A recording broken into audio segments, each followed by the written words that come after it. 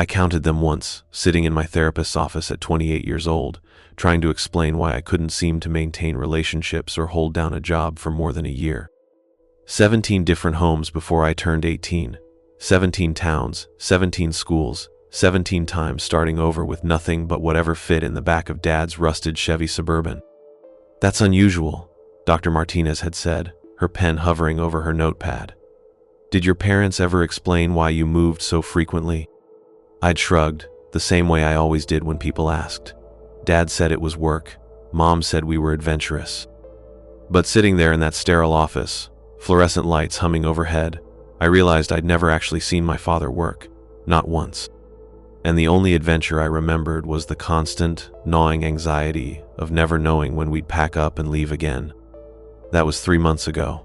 Now I know the truth, and I wish I'd never gone looking for it. It started with Mom's funeral arrangements. She died suddenly, heart attack in the grocery store checkout line, clutching a box of my childhood cereal like she was still buying for a 10-year-old boy. Dad had been dead for 5 years already, liver failure from all those years of drinking, so it fell to me to sort through their belongings. The house they'd finally settled in after I left for college was small and cramped, filled with the accumulated debris of a lifetime spent running. Boxes that had never been unpacked, furniture that didn't match, photo albums with huge gaps where pictures should have been. I was in the basement, sorting through moldy cardboard boxes, when I found the filing cabinet. It was tucked behind Dad's old workbench, covered by a paint-splattered tarp. The lock had rusted through years ago, and the drawers slid open with a screech that made my teeth ache. Inside were manila folders, dozens of them, each labeled with dates going back 30 years. The first folder I opened was labeled Millbrook, 1994, 1995. I recognized the name. It was the town where we'd lived when I was 7, the one with the red brick elementary school, and the playground where I'd made my first real friend, Tommy Chen. We'd moved away in the middle of 2nd grade, right after Halloween. Inside the folder were newspaper clippings, all from the Millbrook Gazette, missing children reports. 3 kids, all around my age, all disappeared within a 6-month period. The last one had vanished just 2 weeks before we left town. My hands were shaking as I opened the next folder. Hartwell, 1995, 1996. More newspaper clippings. More missing children. The pattern was the same. We'd arrive in a town, stay for 8 to 10 months, and then leave right after local kids started disappearing. I went through every folder, 17 towns, 17 time periods. In every single location, children had gone missing during our stay, not just 1 or 2, sometimes as many as 5 or 6. The clippings were yellow and brittle, but the headlines were still clear. Local boy, 8, vanishes walking home from school. Search continues for missing sisters. Parents plead for information on daughter's disappearance. By the time I finished reading, it was past midnight. I sat on the basement floor, surrounded by evidence of something so horrible I couldn't even process it. My parents, my quiet, unremarkable parents who'd taught me to ride a bike and helped with homework and tucked me in every night, had been running from something, or towards something, or they'd been the ones taking those children. The thought hit me like a physical blow. I doubled over, retching into an old paint bucket, my mind reeling with memories I'd tried so hard to forget. All those times Dad would disappear for hours at night, claiming he was going for drives to clear his head. All those times Mom would wash clothes at strange hours. The washing machine running at 2 or 3 in the morning. The way they'd both get tense and quiet whenever police cars drove by, even for routine traffic stops. The way we'd always leave town right after another child disappeared. I stumbled upstairs and spent the rest of the night sitting in Mom's kitchen, staring at her collection of ceramic angels on the windowsill. Had those same hands that arranged those delicate figurines also. I couldn't finish the thought. When morning came, I called in sick to work and drove to the Millbrook Public Library. It was only 2 hours away. We'd never moved far, I realize now. Always within a few hundred miles, always small towns where strangers would be noticed but not necessarily remembered. The librarian, a woman in her 60s with kind eyes behind thick glasses, helped me access their archived newspapers on microfilm. I spent the day reading every article about the missing children from 1994 and 1995. Tommy Chen had been the last one to disappear, 7 years old, just like me. He'd been walking home from school when he vanished, his backpack found 3 days later in a drainage ditch 5 miles outside town. The search had gone on for weeks, but they'd never found his body. I remembered Tommy. He'd had a gap between his front teeth and a laugh that sounded like a hiccup. He'd been teaching me to play chess, patiently explaining how each piece moved even though I kept forgetting. The last time I saw him was Halloween night, when we'd gone trick-or-treating together dressed as ninjas. 2 days later, he was gone. 3 days after that, we were packing up our house. "Terrible thing," the librarian said, looking over my shoulder at the microfilm screen. "I was working here when it happened. The whole town was in shock. 3 children in 6 months, and then they just stopped disappearing after that family moved away." My blood turned to ice. What family? Young couple with a boy about the same age as the missing children, kept to themselves mostly. The father did odd jobs around town, handyman work. The mother was very quiet, very religious. They rented the old Henley place on Maple Street.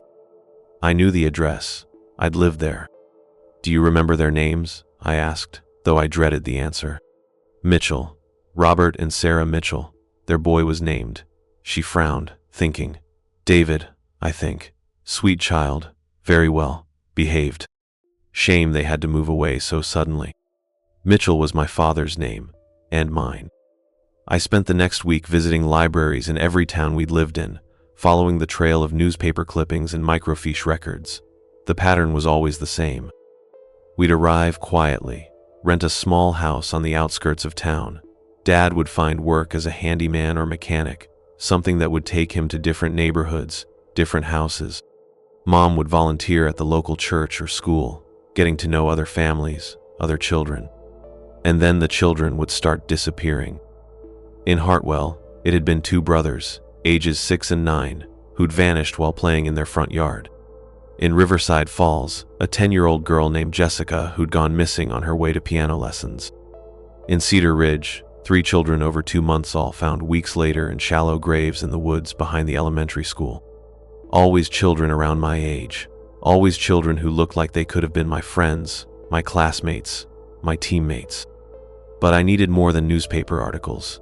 I needed to understand the full scope of what my parents had done, and more importantly, I needed to understand my role in it all.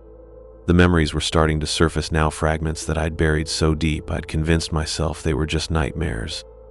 I drove to Hartwell first, because it was the closest.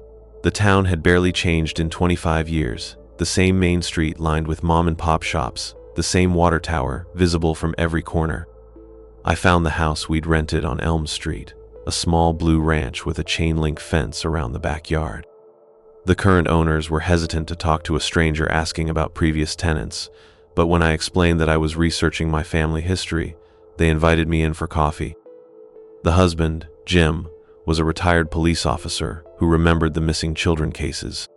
"Damnedest thing," he said, settling into his recliner with a steaming mug. 2 little boys just vanished into thin air. We searched for weeks, brought in dogs, helicopters, volunteers from 3 counties. Never found so much as a shoelace. "What did people think happened?" I asked, my throat dry.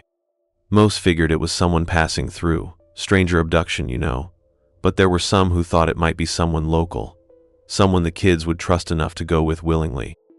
His wife, Martha, nodded grimly. "I remember there was a family renting this house back then. Quiet people, kept to themselves. Had a boy about the same age as the missing children." My coffee cup rattled against the saucer. "Did the police ever question them?" "Oh sure," Jim said. "Standard procedure. But they were cooperative. Let us search the house. Answered all our questions. The father even joined some of the search parties. Seemed genuinely concerned." Of course he had. Dad had always been good at playing the concerned neighbor, the helpful citizen. I remembered him coming home from those searches, dirt under his fingernails, talking about how terrible it was that those poor children were still missing. "What I remember most," Martha continued, "was how well behaved their boy was. David, I think his name was. Never caused any trouble. Always polite when you saw him around town. the kind of child you'd want your own kids to be like. I excused myself to use their bathroom and barely made it to the toilet before I started vomiting. The concerned neighbor, the helpful citizen, the well-behaved child. It was all part of the act, the perfect cover that had allowed my parents to operate for decades. After leaving the house in Hartwell, I drove to the local cemetery. It took me an hour to find the graves of Marcus and Danny Kowalski, the two brothers who'd disappeared. Their headstones were side by side, matching granite markers with dates that stopped too soon. Beloved sons, ages 6 and 9. Fresh flowers lay at the base of each stone, carnations and daisies, the kind you could buy at the grocery store. Someone still remembered them, still grieved for them. Probably their parents, if they were still alive. Probably siblings who'd grown up in the shadow of their brother's disappearance. I knelt between the graves and tried to remember Marcus and Danny. Had I known them? Had I played with them at school or seen them around town? The memories were there, just out of reach, like trying to recall a dream after waking. Slowly, fragments began to surface. A playground at recess, two boys on the swings laughing about something. A cafeteria at lunch, someone sharing their chocolate pudding.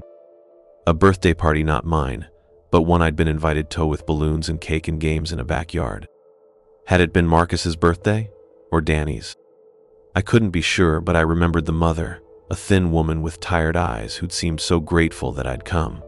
It's so nice that David could make it. She'd said to someone, Marcus doesn't have many friends yet. Marcus. I'd known Marcus. We'd been in the same second grade class, and he'd been one of the few kids who'd tried to include me when I was new. He'd shown me where the good swings were, taught me the rules of kickball, shared his animal crackers when I forgot my snack. And then he was gone. He and his brother vanished while playing in their front yard on a Saturday afternoon. I remembered Mom telling me about it, how sad she'd looked as she explained that sometimes bad things happen to good families. We need to be extra careful now, she'd said. Stay close to home, don't talk to strangers. Always tell us where you're going. 3 weeks later, we were packing up to move again.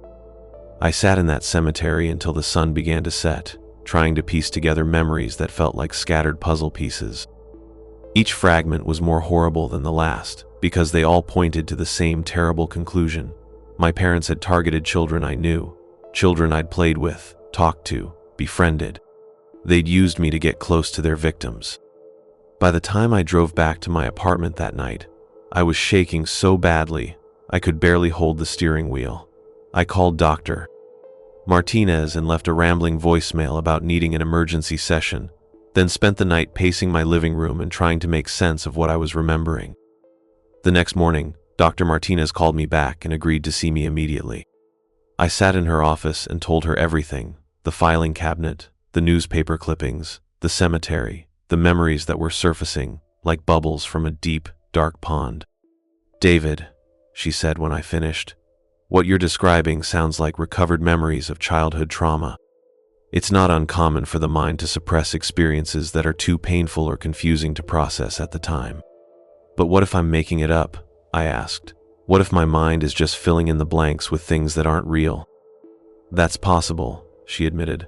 But the physical evidence you found, the newspaper clippings, the timing of your moves suggests that your recovered memories might be accurate. The question is, what are you going to do with this information? That question haunted me for the rest of the week. What was I supposed to do? Call the police and tell them I thought my dead parents might have been serial killers? Show them newspaper clippings and hope they'd believe me? Try to find evidence that was 30 years old? The answer came to me while I was sorting through more of Mom's belongings. Hidden behind a loose board in her bedroom closet, I found a small metal box. Inside were Polaroid photographs, dozens of them, all showing children, not family photos or school pictures, but candid shots that looked like they'd been taken without the subjects knowing. Children walking home from school, children playing in backyards, children riding bicycles down quiet streets. At the bottom of the box was a notebook, filled with Mom's careful handwriting. Names, addresses, schedules, observations. Tommy Chen walks home alone on Tuesdays and Thursdays when his mother works late. Marcus Kowalski plays in front yard after school. Parents don't supervise closely. Jessica Martinez, Takes piano lessons at 4 p.m., walks 6 blocks alone. It was a hunting journal, a record of surveillance and planning that spanned decades and dozens of children. I called the FBI. Special Agent Sarah Kim arrived at my apartment 2 days later, along with a team of investigators who spent 6 hours going through every piece of evidence I'd collected. They photographed the newspaper clippings, cataloged the Polaroids, analyzed the notebook. They asked me hundreds of questions about my childhood, my memories, my parents' behavior. "Mr. Mitchell," Agent Kim said when the initial interview was finished, "based on what you've shown us, we believe your parents may have been responsible for multiple child abductions and murders across several states. This is going to be a complex investigation, and we're going to need your full cooperation." I told her I'd help in any way I could, but privately, I wondered what more I could possibly offer. I'd been a child during all of this, and my memories were fragmented at best. What could I tell them that they couldn't figure out from the evidence? The answer came during my third FBI interview, when Agent Kim showed me crime scene photos from Cedar Ridge, the town where we'd lived the longest, and where 3 children had been found buried in the woods. "Do you recognize this location?" she asked, sliding a photograph across the table. It was a clearing in the woods, surrounded by tall pine trees. In the center was a circle of stones arranged around what looked like a fire pit. Something about the image made my stomach lurch, but I couldn't place why. "I'm not sure," I said. "What about this one?" The next photo showed the same clearing from a different angle. This time, I could see a narrow path leading through the trees, and something about that path was familiar, very familiar. "Oh God," I whispered. The memory hit me like a physical blow. I was 13 years old, and Dad was leading me through the woods behind our house in Cedar Ridge. It was late evening, almost dark, and I was complaining about the mosquitoes and asking why we couldn't just walk on the regular trails. "This is a special place," Dad had said. "I want to show you something important." We'd followed that exact path to that exact clearing, where Dad had built a fire and told me stories about Native American rituals and the importance of respecting the natural world. It had seemed like a rare moment of father-son bonding, the kind of experience other kids talked about having with their dads. "Mr. Mitchell," Agent Kim's voice seemed to come from very far away. "Are you all right?" "I've been there," I said, my voice barely above a whisper. "My father took me there." "When?" "I don't know exactly. I was maybe 13 or 14. He said he wanted to show me something special." Agent Kim leaned forward. "What did he show you?" I closed my eyes and tried to remember. The fire crackling in the stone circle. Dad's face in the flickering light, more serious than I'd ever seen him. His voice as he talked about ancient rituals and the cycle of life and death. And then, at the edge of the firelight, something that didn't belong. A small pile of clothing, neatly folded. A child's sneaker. A stuffed animal that looked familiar. "There were things there," I said. "Children's things. Clothes and toys." "Did your father explain why they were there?" The memory was clearer now, sharp and terrible. Dad kneeling by the fire, his eyes reflecting the flames as he spoke. "Some people don't understand the natural order," he'd said. "They think death is something to be feared, something wrong, but death is just another beginning." He'd picked up the stuffed animal, a brown teddy bear with one missing eye, and held it in the firelight. "This belonged to a little girl who found her new beginning," he'd said. "She's part of the forest now, part of something bigger and more beautiful than she could have imagined." I'd been confused and a little scared, but Dad had seemed so calm, so sure of himself. He'd made it sound almost spiritual, like those children had been chosen for something special. "He told me they were part of the natural cycle," I said to Agent Kim. "He made it sound like it was an honor." "Did he tell you what happened to the children?" "Not directly, but he said they'd found their new beginning, that they were part of the forest now." Agent Kim exchanged a look with her partner. "Did your father ever ask you to participate in these rituals?" The question sent ice through my veins. "What do you mean?"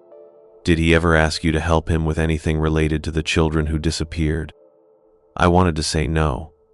I wanted to believe that whatever my parents had done, I'd been completely innocent, completely unaware. But as Agent Kim asked the question, another memory surfaced on that I'd buried so deep I'd almost convinced myself it was a nightmare. I was 12 years old, and we were living in Riverside Falls, A girl named Jessica Martinez had gone missing, and the whole town was in an uproar. Search parties, police helicopters, news crews interviewing anyone who might have information. Dad had come to my room one night and sat on the edge of my bed. "David," he'd said, "I need you to remember something important.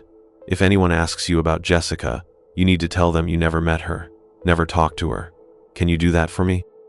"But I did talk to her," I'd protested. "We were in art class together. She helped me with my painting." "No," Dad had said, and his voice had been harder than I'd ever heard it. "You never talked to her. You never knew her. That's very important, son. Our family depends on you remembering that." I'd been confused and scared, but I'd nodded anyway. When the police had come to interview families in the neighborhood, I'd told them I didn't know Jessica Martinez. I'd never spoken to her, never interacted with her in any way. It had been a lie, and I'd told it to protect my father. He asked me to lie to the police. I told Agent Kim about one of the missing children. He made me promise to say I didn't know her. "Did you know her?" "Yes, we were in the same art class. She was nice. She helped me with a painting I was working on." The words felt like poison in my mouth. Jessica Martinez had been kind to me, had gone out of her way to help the new kid in class. And when she'd disappeared, I'd helped cover up my family's connection to her. Agent Kim was taking notes, her pen moving rapidly across the paper. "Is there anything else you remember about your interactions with the missing children?" There was. Over the next several hours, more memories surfaced, each one more damning than the last. I remembered conversations with children who would later disappear. I remembered my parents asking casual questions about my classmates, who they were, where they lived, what their schedules were like. I remembered being sent to play with certain children, encouraged to make friends with them, invited to their houses so I could report back about their families' routines.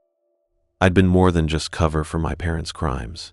I'd been their scout, their reconnaissance, their way of gathering information about potential victims. The realization made me physically ill. I had to excuse myself twice during the interview to vomit in the FBI building's bathroom. Each recovered memory felt like a knife twisting in my gut, because they all pointed to the same horrible truth. I'd helped my parents select and target their victims. When the interview finally ended, Agent Kim walked me to the parking garage. "Mr. Mitchell," she said, "I want you to understand that you were a child.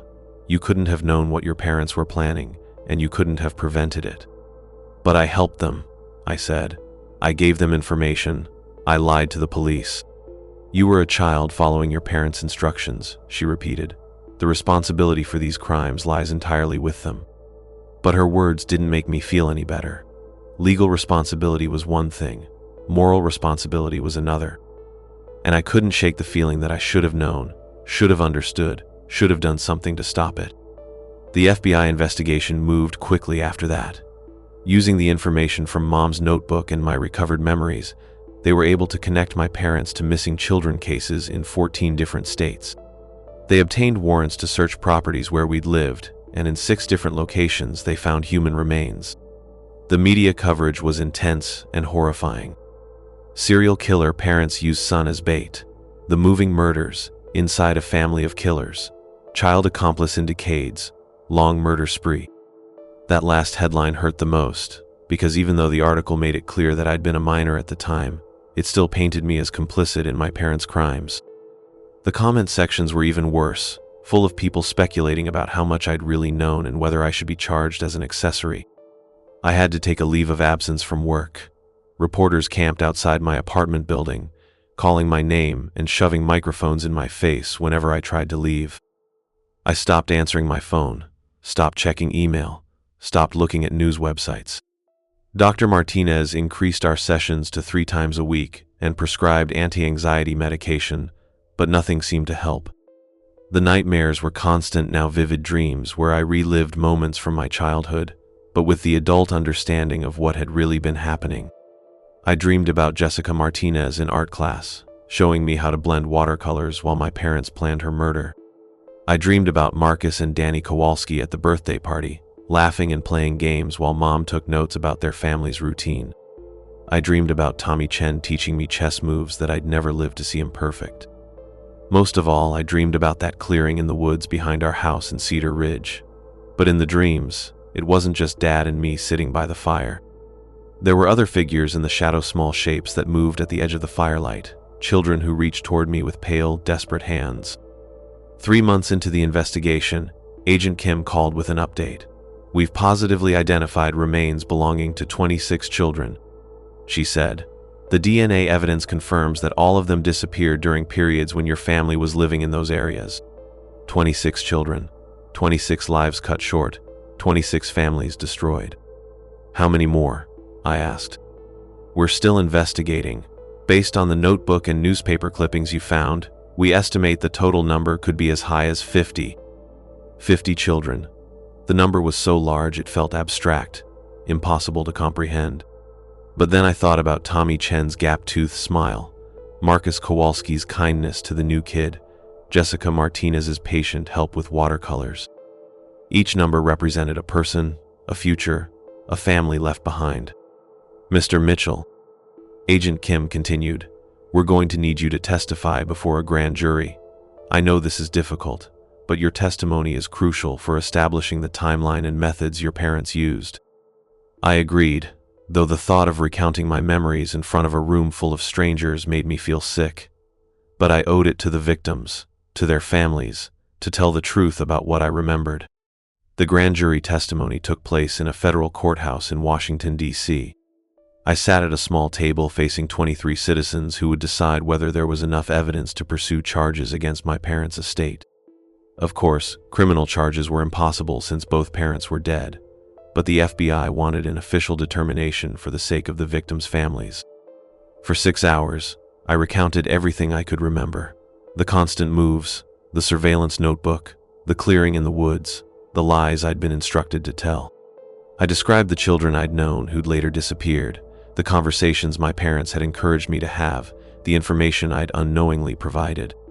The grand jury foreman, a middle-aged woman with kind eyes, asked me the question I'd been dreading. "Mr. Mitchell, looking back as an adult, do you believe you bear any responsibility for these crimes?" I'd prepared for this question, but sitting there under the fluorescent lights with 23 pairs of eyes watching me, the rehearsed answer died in my throat. "I was a child," I said finally. "I didn't understand what was happening. But yes, I feel responsible. I gave my parents information they used to target victims. I lied to police to protect them. Even though I didn't know what I was doing, children died because of information I provided." "Do you believe your parents deliberately manipulated you to gather this information?" "Yes, they encouraged certain friendships, asked specific questions about my classmates, sent me to play with children who fit a particular profile. I was part of their hunting strategy, even though I didn't realize it at the time."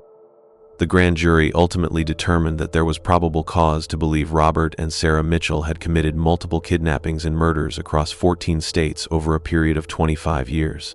The official count was 34 confirmed victims, with evidence suggesting the actual number could be significantly higher. After the grand jury testimony, I thought the worst was over. I was wrong. The families started reaching out. It began with a letter forwarded through the FBI. Mrs. Chen, Tommy's mother, had written to me from her nursing home in California. Her handwriting was shaky, but her words were clear. "Dear David, I know this must be very difficult for you. I want you to know that I don't blame you for what happened to Tommy. You were just a child, and you couldn't have known what your parents were planning. Tommy talked about you often in those last few weeks. He said you were his best friend, and he was looking forward to teaching you more chess moves. I thought you should know that he cared about you, and I believe he would want you to find peace with this terrible situation." I cried for an hour after reading that letter. Mrs. Chen's forgiveness was more than I deserved, but it was also exactly what I needed to hear. More letters followed. Some were angry, accusing, filled with rage that was completely justified. But others were like Mrs. Chen's expressions of forgiveness from people who had every right to hate me. Marcus Kowalski's sister wrote to tell me that her family had always wondered what had happened to her brothers, and that finally knowing the truth, horrible as it was, brought them some measure of peace. Jessica Martinez's parents invited me to visit her grave, saying they wanted to hear about their daughter's last days from someone who had known her. I accepted that invitation, driving to Riverside Falls on a gray October morning that reminded me too much of the day we'd left town 30 years earlier. The cemetery was small and well-maintained, with Jessica's grave marked by a white marble headstone decorated with carved angels. Her parents, now in their 70s, were waiting for me. They looked frail and tired, aged by decades of grief and unanswered questions. "Tell us about our Jessica," her mother said. "What was she like in school?" So I did. I told them about art class, about how patient Jessica had been with the new kid who couldn't seem to get his watercolors right. I told them about her laugh, about the way she'd scrunch up her nose when she was concentrating, about how she'd always shared her snacks with classmates who forgot their lunch money. "She was kind," I said, "even to someone like me, who was only going to be around for a few months. She made me feel welcome when I really needed a friend." Jessica's father reached over and squeezed my shoulder. "Thank you," he said. "It helps to know that she was happy in those last weeks, that she had friends who cared about her." I visited more graves over the following months. I met with more families, sharing what memories I had of their lost children. Each conversation was painful, but also necessary. These families deserved to know that their children had been remembered, that their lives had mattered to someone. The hardest visit was to Cedar Ridge, where I met with the families of the 3 children who'd been found buried in the woods. They were the ones whose remains had been discovered in that clearing where Dad had taken me, where he'd shown me their belongings and spoken about natural cycles and new beginnings. Sarah Williams had been 8 years old when she disappeared. Her teddy bear, the one with the missing eye that Dad had held in the firelight, had been her constant companion since she was 2. Her mother, now a grandmother herself, broke down crying when I described seeing it in the clearing. "She took that bear everywhere," she sobbed. "I used to worry she'd lose it, but she never did. She kept it safe. Until my father took it from her, until he used it as a prop in his sick ritual, a trophy to show his son the evidence of his crimes." Michael Torres had been 9, a boy who loved baseball and wanted to be a pitcher when he grew up. His glove had been in that pile of belongings, along with a Yankees cap that was too big for his head. Lisa Patterson had been 7, a girl who collected stickers and dreamed of becoming a veterinarian. Her diary had been there too, filled with careful first-grade handwriting about her pets and her friends and her plans for the future. All of them had been in that clearing, reduced to objects in my father's twisted ceremony. And I had sat there by the fire, listening to him talk about natural cycles while their families searched desperately for any sign of them. The guilt was overwhelming. Even though everyone kept telling me I was a victim too, even though I'd been a child who couldn't have understood what was happening, I couldn't shake the feeling that I should have done something. Should have recognized the horror of what I was seeing. Should have refused to participate in my father's ritual. Should have saved them somehow. Dr. Martinez helped me work through these feelings, but progress was slow. Survivor's guilt is common in situations like this. She explained, "You feel guilty for surviving when others didn't, guilty for not preventing something you had no power to prevent." "But I did have power," I argued. "I could have told someone about the clearing, about the belongings. I could have refused to lie to the police." "You were 12 years old," she reminded me. 12-year-olds don't have the emotional or cognitive capacity to recognize and resist manipulation by trusted adults. Your parents were experts at what they did. They'd been doing it for years before you were born. They knew exactly how to use you without letting you understand what was really happening. Intellectually, I knew she was right. But emotionally, I still felt like I should have been smarter, braver, more aware. I should have been the one to stop them. The investigation continued for another year. FBI agents excavated properties across 14 states, using ground-penetrating radar and cadaver dogs to search for remains. They interviewed hundreds of witnesses, combed through decades of police reports, and built the most comprehensive profile of a serial killing team in modern history. The final count was staggering: 47 confirmed victims across 25 years and 14 states. The FBI believed there were probably more children whose bodies were never found, disappearances that were never connected to my parents' movements. 47 children who would never grow up, never graduate from high school, never fall in love or start families of their own. 47 futures stolen by the people who were supposed to protect me, who had raised me and fed me and tucked me into bed every night. The case was officially closed 18 months after I'd first found the filing cabinet in Mom's basement. There would be no trial, no dramatic courtroom confrontations, no justice in any traditional sense. My parents were dead, beyond the reach of human punishment. But there was something like closure. Families finally had answers about what had happened to their children. Bodies were returned for proper burial. Cold cases that had haunted investigators for decades were finally solved. And I had to figure out how to live with the truth. I quit my job and used the money from selling my parents' house to start a foundation for families of missing children. It wasn't much. I wasn't wealthy, and the foundation could only help a few families at a time, but it felt like the right thing to do. The only thing I could do. I also started speaking to law enforcement groups about recognizing the signs of familial serial killing. It's rarer than people think, but it does happen, and my case provided insights that could help identify similar situations in the future. The key thing to understand, I would tell audiences of detectives and FBI agents, is that families like mine look normal. We don't fit the profile of what people expect killers to look like. My parents were quiet, religious, community-minded people who volunteered at churches and helped with school fundraisers. They were the kind of neighbors you'd trust to watch your house while you were on vacation. The presentations were difficult, but necessary. If sharing my story could prevent even one child from becoming a victim, it was worth reliving the trauma over and over again. I also continued meeting with victims' families. Word had spread through online support groups and social media, and I regularly received messages from people whose children had been among my parents' victims. Some wanted to yell at me, to blame me for not stopping it. Others wanted to forgive me, to help me heal. All of them deserved to be heard.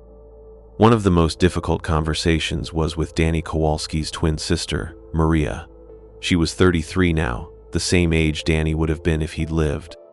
She'd struggled with addiction and mental health issues for years, she told me, haunted by survivor's guilt and the constant question of why she'd been inside that day while her brothers were playing in the yard. I used to wish it had been me instead, she said when we met at a coffee shop in her hometown. Danny was the funny one. Marcus was the smart one. I was just there.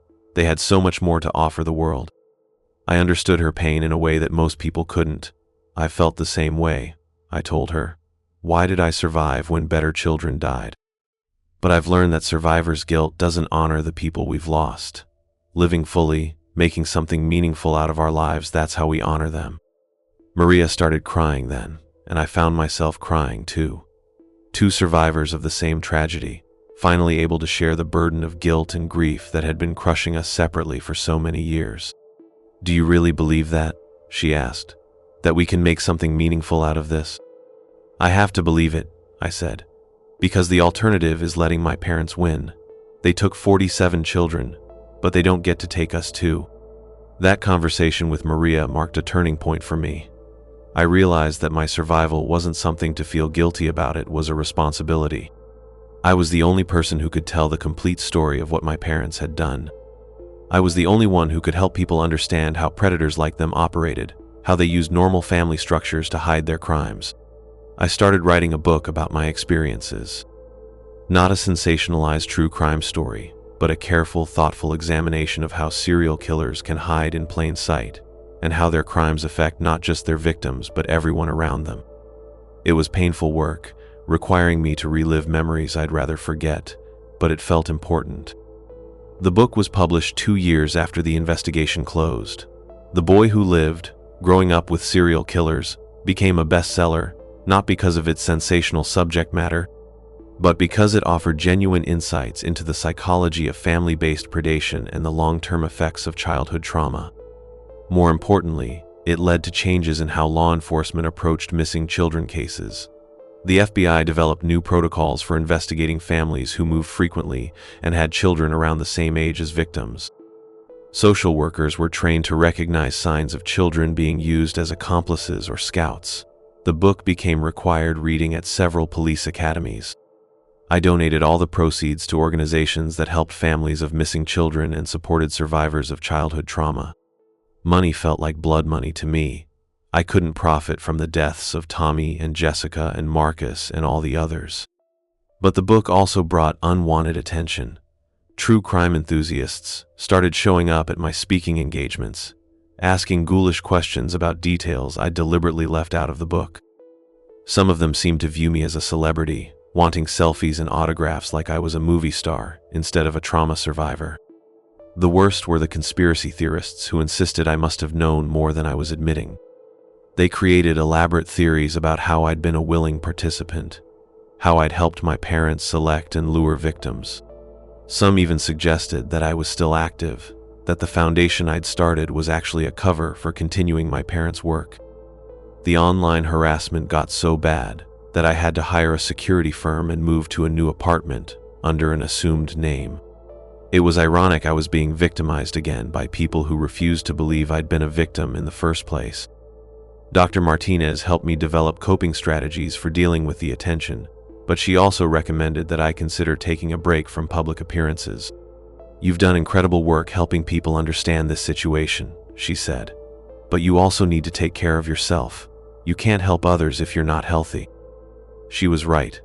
The constant retelling of my story, the endless questions from journalists and law enforcement and grieving families, had taken a toll. I was having nightmares again, panic attacks in public places, difficulty maintaining relationships. I took a 6-month sabbatical from speaking engagements and media appearances. Instead, I focused on the foundation and on my own healing. I started therapy with a specialist in complex trauma, began practicing meditation and yoga, took art classes to express feelings I couldn't put into words. Slowly, I began to find some measure of peace. It was during this quiet period that I received the most important letter of my life. It came from Tommy Chen's cousin, a woman named Lisa, who lived in Portland, Oregon. "Dear David," the letter began, "I've been following your story since the news first broke about your parents. I'm Tommy's cousin. His mother was my aunt, and I wanted to reach out to you because I think there's something you should know. Tommy talked about you constantly in those last few weeks.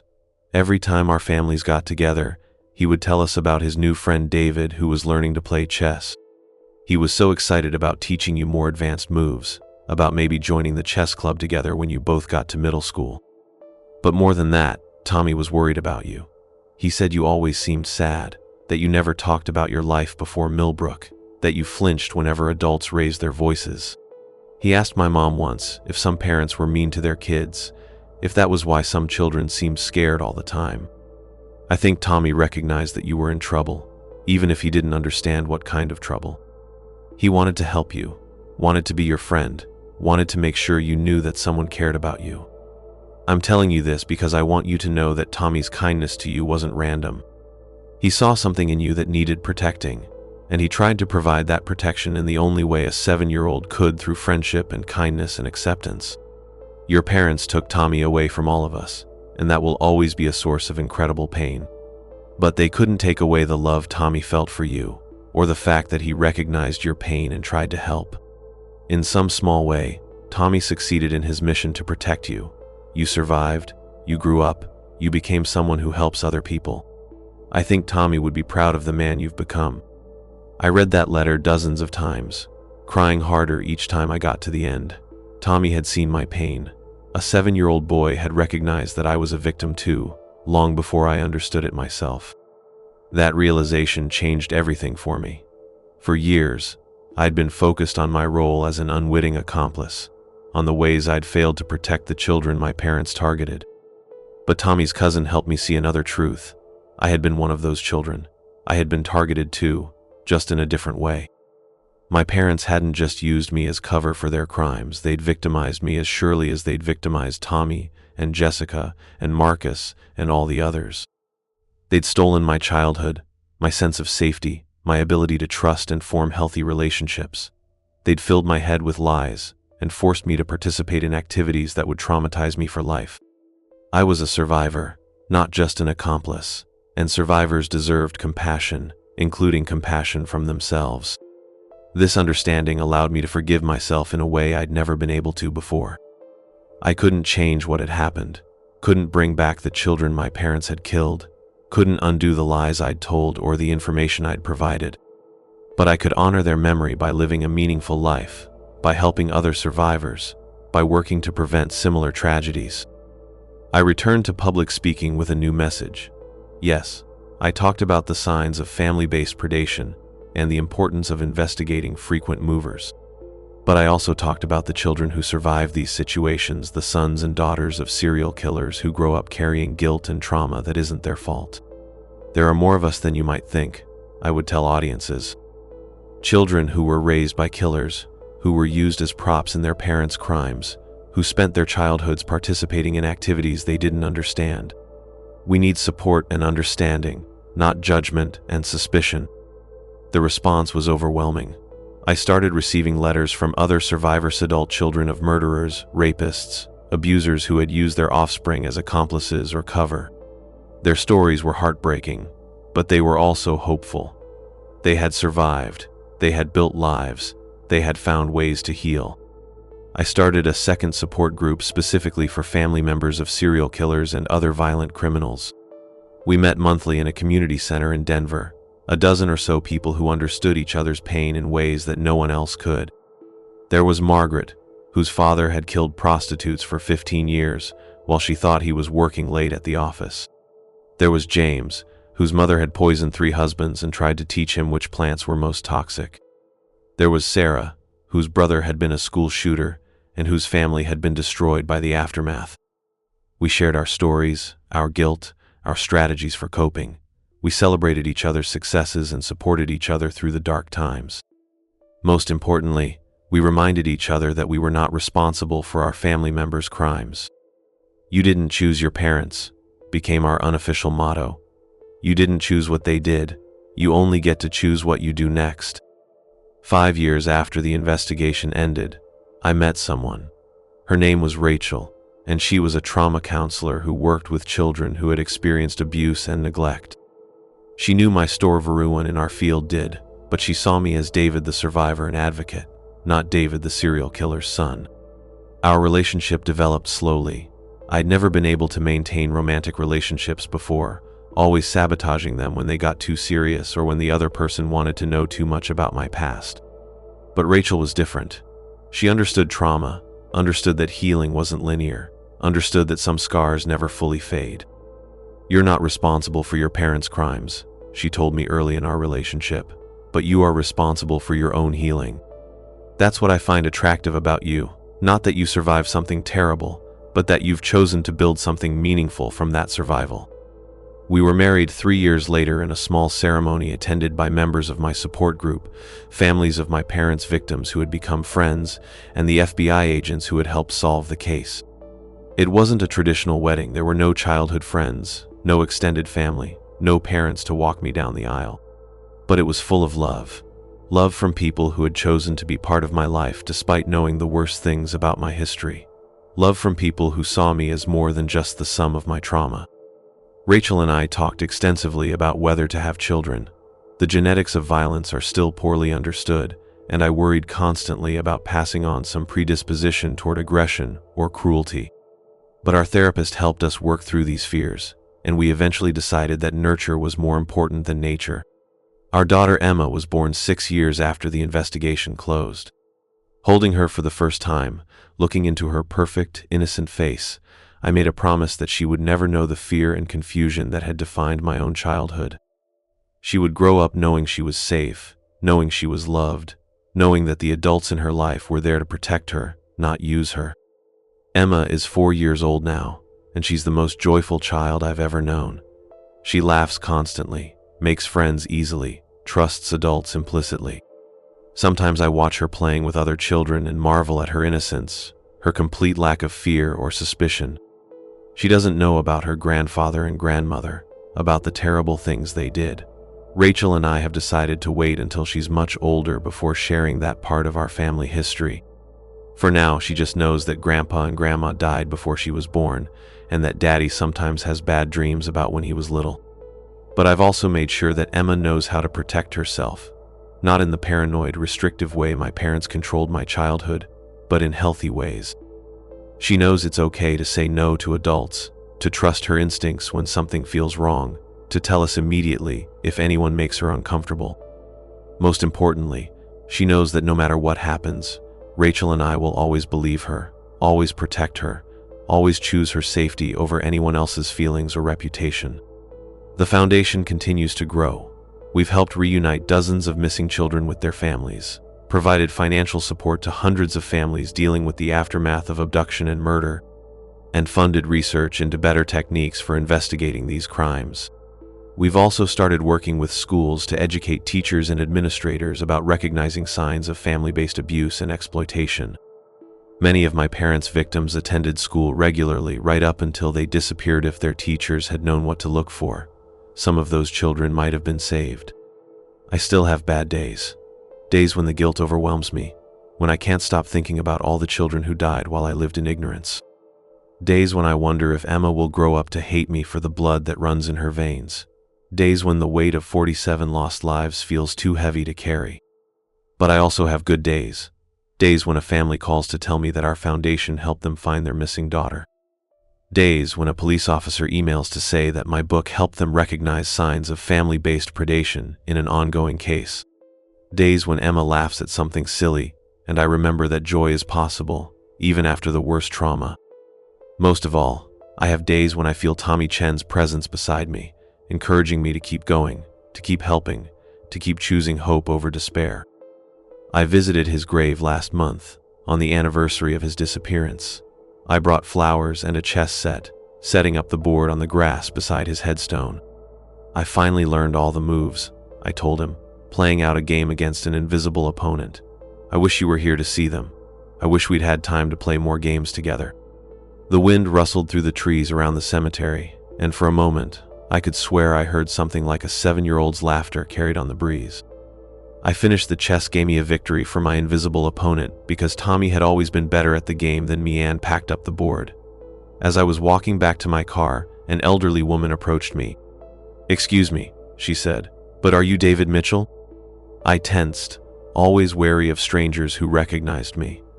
But her face was kind, and something about her seemed familiar. "Yes," I said carefully. "I thought so. I'm Eleanor Chen, Tommy's grandmother. I wanted to thank you for what you've been doing, for the way you've honored Tommy's memory." I started to apologize, to tell her how sorry I was, but she held up a hand to stop me. "You were a child," she said firmly. "A child who lost his friend, just like we did. Tommy would want you to be happy, to have a good life. He was always trying to help other children, always worried about kids who seemed sad or scared." She reached into her purse and pulled out a small objecta chess piece, a white knight carved from bone. "This was Tommy's," she said, pressing it into my hand. "It was from his grandfather's chess set, the one he learned to play on. I want you to have it."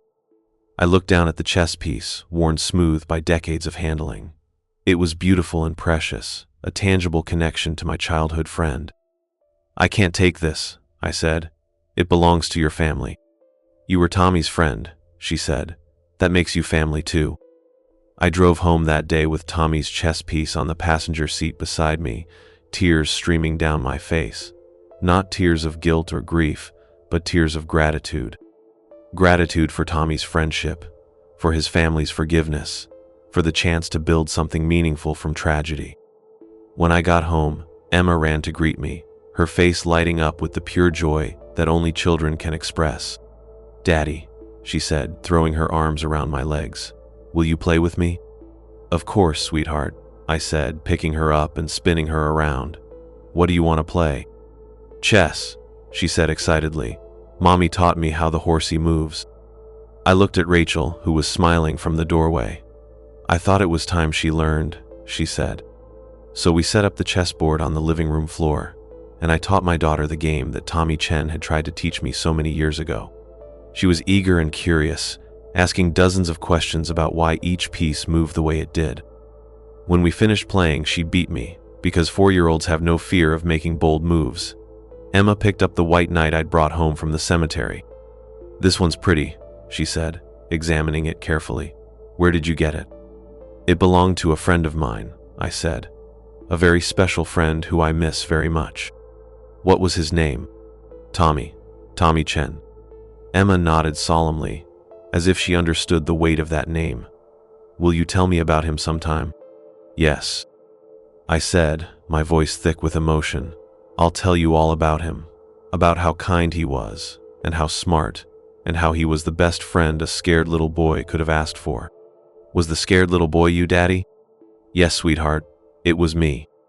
Emma thought about this for a moment, then climbed into my lap and hugged me tightly. I'm sorry you were scared, she said, but I'm glad Tommy was your friend. Me too, baby, me too. That night, after Emma was asleep, I sat in my study and wrote in the journal I'd been keeping since the investigation began.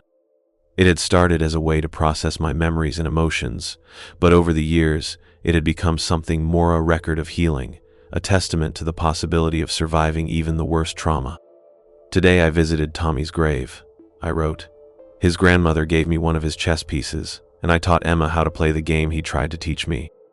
For the first time in 8 years, I felt like I might actually be honoring his memory instead of just carrying guilt about his death. I think I'm finally understanding what Dr. Martinez has been trying to tell me all these years, that survival is not something to feel guilty about, but something to be grateful for. I survived so that I could tell this story, so that I could help prevent other children from becoming victims, so that I could build a life that creates more good than harm. I survived so that I could be Emma's father, so that I could love Rachel, so that I could help other survivors find their way out of the darkness. I survived so that Tommy's kindness wouldn't be wasted, so that Jessica's patience wouldn't be forgotten, so that Marcus's generosity wouldn't die with him. My parents were monsters, and they did terrible things, but they didn't create another monster. They created a survivor, and survivors have the power to transform tragedy into hope. That's what I choose to believe. That's how I choose to live. That's how I honor the memory of 47 children who deserve better than the fate my parents gave them. I closed the journal and looked around my study at the photos of Emma and Rachel, at the awards from victim advocacy organizations, at the letters from families thanking me for helping them find answers or healing. This was my life now. Not the life I would have chosen, not the life those children would have wanted to lose, but a life that mattered nonetheless. A life built on the foundation of their memory, sustained by their family's forgiveness, guided by their example of innocence and hope. Tomorrow I would wake up and continue the work, speaking to law enforcement groups, counseling other survivors, running the foundation, raising my daughter. I would carry the weight of my parents' crimes and the responsibility of my survival. But I would also carry Tommy's laughter, Jessica's kindness, Marcus's generosity. I would carry the love of families who had chosen to forgive instead of hate. I would carry the hope that sharing my story might prevent even one child from experiencing the fate that befell my childhood friends. It's been 10 years now since I found that filing cabinet in my mother's basement. 10 years since I learned the truth about why we moved so much when I was a child. 10 years since my world collapsed and then slowly, carefully, rebuilt itself into something I could live with. I'm 40 years old, a husband and father, an author and advocate. I run a foundation that has helped hundreds of families. I've testified before Congress about improving missing children investigations. I've trained thousands of law enforcement officers to recognize the signs of family-based predation. But most importantly, I've learned to see myself not just as the son of serial killers, but as a survivor who chose to transform trauma into purpose. The nightmares still come sometimes. The guilt still weighs on me during dark moments. The faces of 47 children still haunt my dreams. But I've also learned that healing doesn't mean forgetting. It means carrying the pain in a way that honors the victims while still allowing life and joy and hope to flourish. Emma is learning to read now, and sometimes she asks me to tell her stories about when I was little. I tell her about the chess games and the art classes and the birthday parties, the moments of childhood happiness that existed alongside the horror I couldn't see. Someday, when she's old enough, I'll tell her the rest of the story. I'll explain why Daddy sometimes has bad dreams, why our family doesn't have grandparents, why I've dedicated my life to helping other people heal from terrible losses. But for now, she gets to be innocent. She gets to trust completely, love freely, laugh without reservation. She gets to have the childhood I never had, the childhood Tommy and Jessica and Marcus never got to finish. That might be the most important work I do, not the speeches or the books or the foundation, but raising a child who knows she is safe and loved and protected. Breaking the cycle of violence that could have continued through me. Proving that monsters don't have to create more monsters. My name is David Mitchell. My parents were Robert and Sarah Mitchell, and they were serial killers who murdered at least 47 children over 25 years. I was their unwitting accomplice, their perfect disguise, their innocent-looking mask. But I was also their victim, and I was also a survivor. And survivors have the power to choose what comes next. I choose hope. I choose healing. I choose to honor the memory of the children who didn't survive by living a life that creates more good than harm. I choose to believe that Tommy Chen would be proud of the man his 7-year-old friend became. That's my story. That's my truth. That's my choice. And maybe, just maybe, that's enough.